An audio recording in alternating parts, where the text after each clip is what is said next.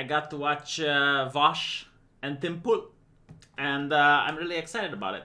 Haven't watched all of it, 4 hours, Jesus Christ. I did manage to watch a little bit, and hopefully I'll finish the rest of it today. Really excited, to be honest. I like to see people just talking. This wasn't a debate, wasn't an interview, it was just people talking at a table, people with different opinions.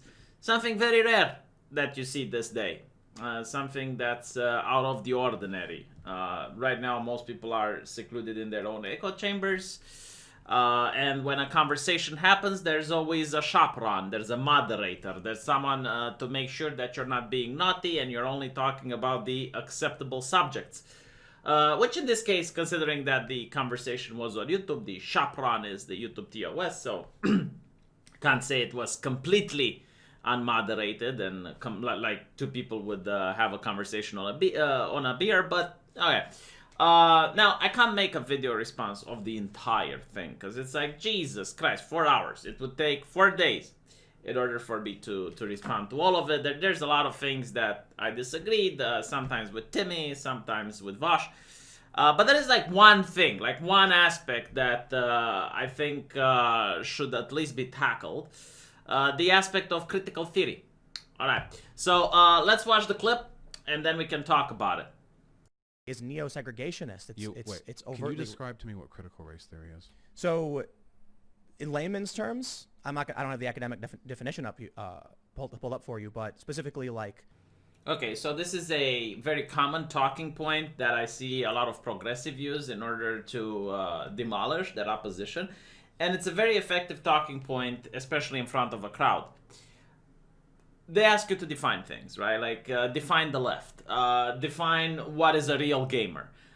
Define what is critical race theory. And if you cannot provide an accurate definition, then clearly you do not understand the subject. In reality, human beings have 3 ways of knowing things. Well, actually 2. The first one is when you know something and you can explain it. The second one is when you know something but you can't really articulate it. And the third one is when you don't know something. So, for example, you know that water is H2O. But if I were to ask you, like, can you demonstrate that? Like, can you prove to me scientifically that this is the case? Most people, unless they're a chemist, would probably not be able to. But that doesn't mean that they're wrong, and that water isn't actually made out of H2O. Okay, maybe that example is not very convincing. Like, here's a better example, and I think this will manage to convince everyone. Before the germ theory was discovered, most people didn't know how diseases come into existence. But they did know that if a person is sick, and you're standing around that person, chances are you might get sick as well. This is why during the Great Plague they would quarantine entire neighborhoods. Now, they didn't know what causes the sickness. They would not be able to explain it, but they noticed through observation that, okay, well, if a person stands next to filth, or if a person stands next to another diseased person, they can catch the plague. But just because they couldn't articulate that and they couldn't explain it, it doesn't mean that their entire argument was mute. Now, luckily, we actually know what critical race theory is. And I find it bewildering that neither TimPool nor Vaush suggested to actually look at the executive order which bans it, because it would have to describe it within that executive order.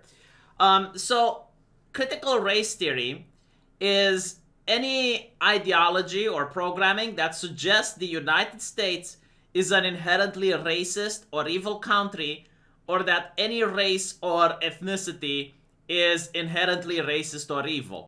Now, you might say, well, hold on a little bit. You know, I went to gender studies, or I went to black studies, or whatever studies you went to, and that's not the definition that my prestigious and honorable magna cum laude teacher gave to me. In which case, it's not getting banned. If it uses any other definition than the one written in the executive order, it is not getting banned. Secondly, it was the conversation about free speech, which I find absolutely bewildering that TimPool did not manage to defend this. No one is preventing this ideology from being preached with private money. It's just not allowed to be preached with taxpayer money. And the question is, like, why should taxpayer fund ideologies that say the country whose money is paying for this ideology is evil and racist? I wouldn't want my government, for example, to sponsor a inherently communist or Nazi ideology, which in itself is against the nation state and would try to fund some violent revolution in my country. Whatever happened with, we're against hate speech, speech that may cause harm. What happened to that? Do you not think that if you constantly tell students, especially in the university campuses where free speech is all but dead, and you're just indoctrinating them to believe that the country is racist, do you not think that they might take action against it, which against the nation, which would be violent? This is why Romania bans both communism and Nazism and fascism. They're incompatible with a liberal democracy. Now, again, if you want to do this with your own money, have a private university where you teach this ideology, go for it. But I don't see why people should be forced to have their taxes funding an ideology that claims a certain race or ethnicity is inherently racist or evil. Oh, I've definitely done segments on the overt academic definition of it. I don't have it pulled up. But when they put out a list that says whiteness, they say things like down with whiteness, traits of whiteness include schedules, hard work, planning for the future, 2.5 kids, and all of those things. You're just listing the one Smithsonian Museum pamphlet that was passed out and largely criticized. Critical race theories. Criticized by who? It was in the Smithsonian for decades. That specific pamphlet, no, it was not. This pamphlet you're referring to right now, I know because I covered on my stream and made fun of it as well. No, it was made specifically, probably some new int student or somebody who was in their 20s made it. It got taken away almost immediately afterwards following bad reception. To pretend that this is indicative of an entire academic theory is very silly. He's talking about this, by the way. And yes, it was in the Smithsonian Museum. But the idea that something just gets into a museum because like some young chucklehead manages to get a position in that museum and poof, exhibits appear is absolutely ridiculous. In order to put something in a museum, you have to go through several commissions and they need to approve this thing. So a lot of eyeballs were looking at this. And they were going like, yeah, no, absolutely. Yeah, this is legit. Put it up. And what this does, by the way, which is racist in two folds. First of all, it assumes that anything a country that's majority white people invented something, then it's whiteness. So basically democracy, right? Where are the first instances in human history where we see democracy? Greece. Okay. Democracy belongs to white people, so it's whiteness. It's just like the most disgusting thing. And the second thing why it's racist is that it assumes that non-white people cannot, live in a functioning democracy, which is literally what the far right is claiming. Like the white nationalists and whatnot. That's literally their ideology, and you get to see it here. Now, Vaush claims that this was just one isolated case. It was just in a museum. It got taken down the moment it got criticism. So, there's nothing to see here. This has absolutely nothing to do with critical race theory. Well, in this case, I suggest that Vaush reads a little bit of J.F. Katz, which in 1985, 1 year before I was born, 1 year before Chernobyl exploded, I honestly start to think that the reactor, when the Dyatlov might have read this while doing the experiment, and that's why the reactor exploded. She is also the lady that made the idea that race is privilege plus power, which is another dumb, utterly moronic concept because maybe the scientific academic definition, among other academic peers has some merit, but the way the common plebeians use it is absolutely disgusting. The way they do it is they eyeball people. All right, and if your skin is white, then it ain't right. So basically, like they would look at someone like me, which is from Romania, earning far less than even an American on welfare in certain states, and they would look at me and they would say, okay, well, because you're white, you have privilege. Because you have the power. It's like, motherfucker, what power do I got? You're an American. You can vote you can influence the government of one of the most powerful nations on earth. I cannot do that. I cannot. So you know, like, why do you eyeball? They would look at someone like Obama, right? And clearly, because he's black, he has less privilege than I am because I have more power than him. It's a completely stereotypical, moronic way of judging people. And I guess it suits the mind of certain intellectuals who want to see the world through black and white, literally. I mean, you know, no nuances, no shades of gray, no nothing. It's like very, very simple explanations for why things happen in the world.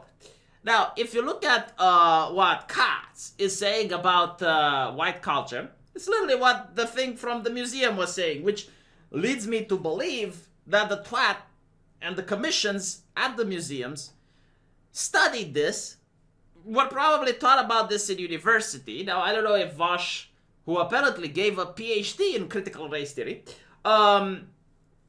skipped this class, or maybe like in the meantime the theory has evolved and surpassed this level of nonsense.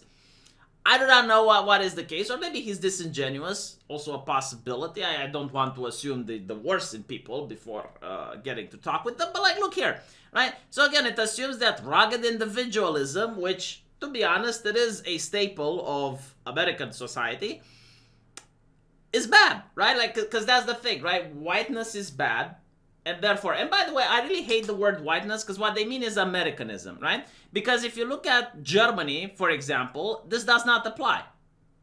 If you look at Ukraine, this does not apply. But if you look, in other words, you look at the United States, oh, then yes, you know, individualism, capitalism, you know, standard English. Like, standard English is not a thing for Romania. You know, like, most people here speak Romanian. Same with Germany.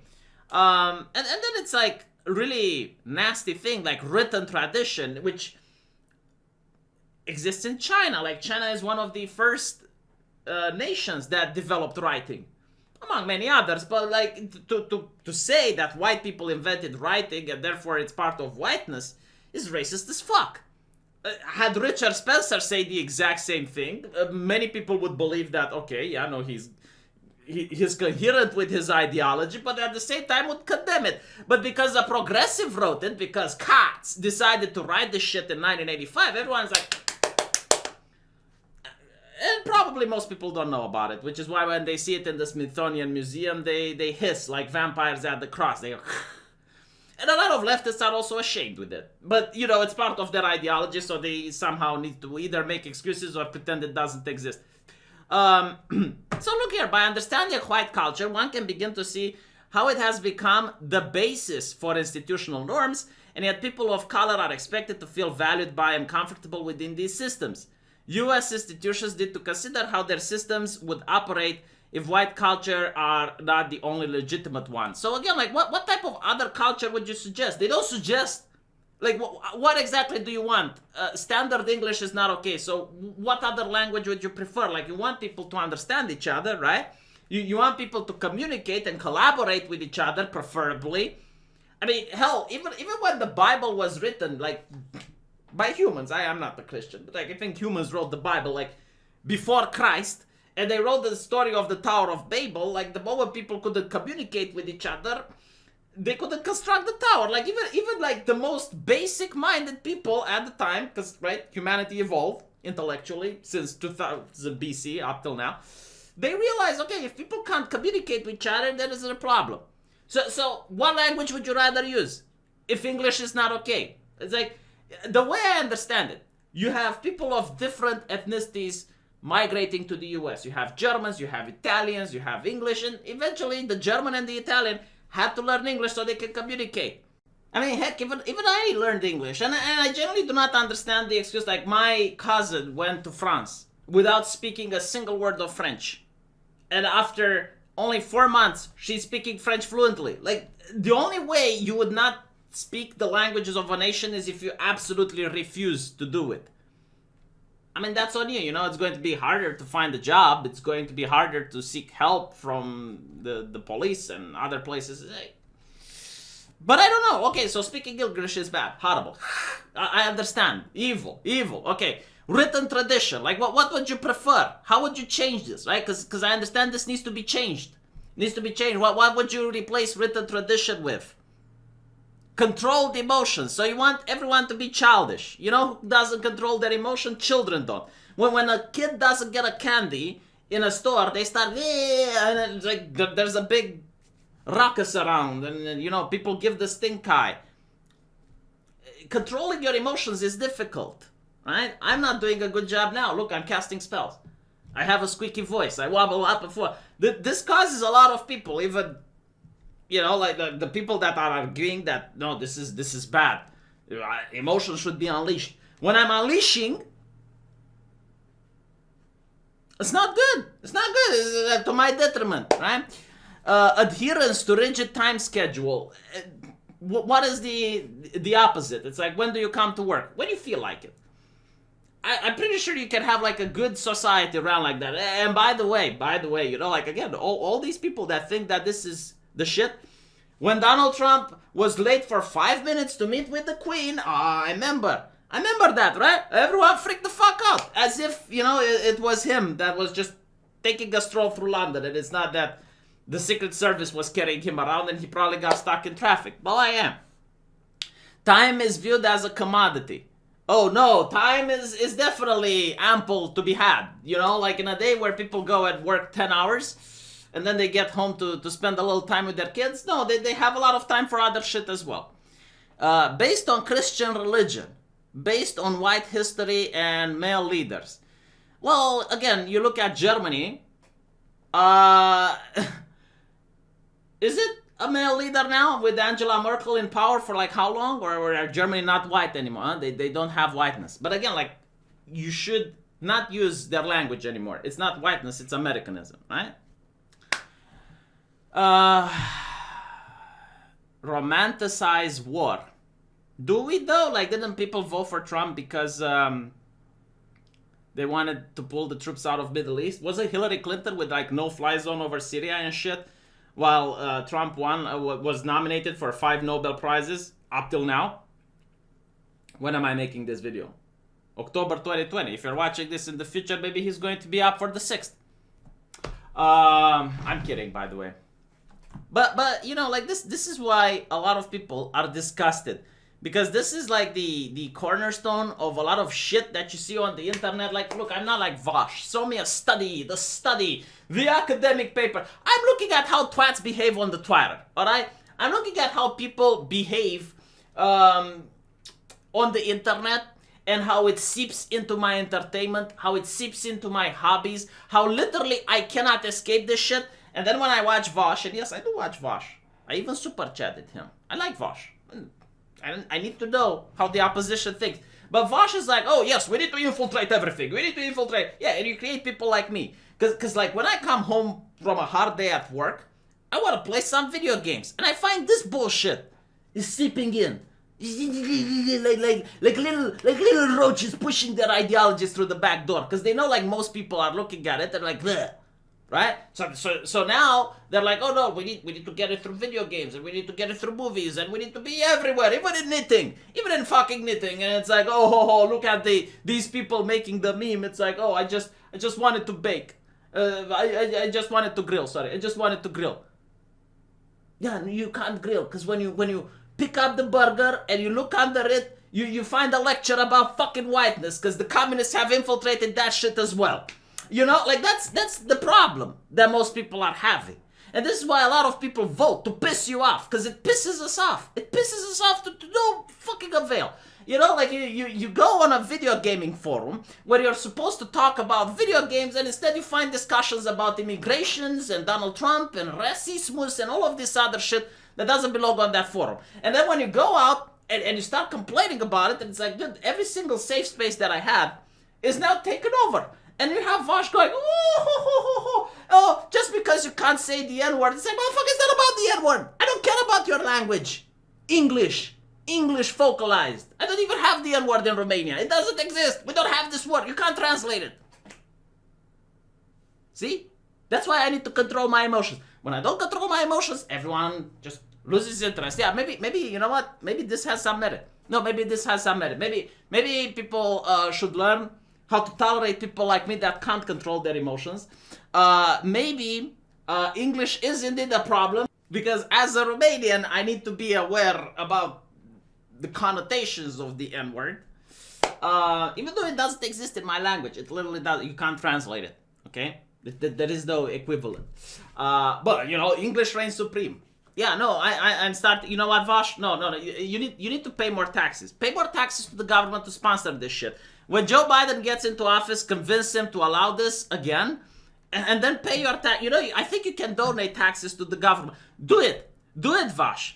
Do it. Like, donate more taxes so that this can be spread everywhere, so that I can finally unleash my emotions, and I can do more physical contact with people like you, because apparently limited physical contact is bad, huh?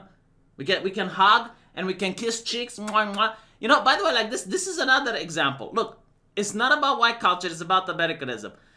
In Russia, there is no limited physical contact. In Russia, it's cold, man. It's cold. Your ball sack freezes over, right? Like your ball shrivel, it's cold. So what people do when they see each other, they bear hug and they go mwah, mwah, mwah. That's what they do. But I think if I do that in America, I would get punched. If I do it to Vaush, he would probably get physical. He would break the rule with limited physical contact. Anyway, let me know what you think. See you guys in the comment section. And yeah, I mean, the conclusion of this video, why should the government fund revolutionary ideologies? Why should the government use the own taxpayer money to fund an ideology that's going to try to overthrow that government? And I'm not talking about, you know, the political party in charge, but the system. The system as a whole. It's systemic. The system is a problem. I'm pretty sure, and by the way, with this, I'm probably going to, I'm 100% sure, and I'm with him, that if Vaush would find that the United States government right now, today, in 2020, is sponsoring, you know, actual, I'm not talking about, you know, what he considers to be fascist, but like actual, you know, neo-Nazis, like the actual, you know, the ones that are with Mein Kampf and everything. If they would do that, Vaush would freak out, and he would be like, why is my taxpayer money going to that? Yeah, I'm pretty sure if you make a poll and you survey most of the Americans, yeah, they would not appreciate their taxpayer money going to this place. And you will say, but what about the ones that do? Well, they can pitch in and they can create this in the private sector. So I don't see how the free speech is being impaired here, because you don't need public money in order to speak. You can do it with private money. You can do it with your cash.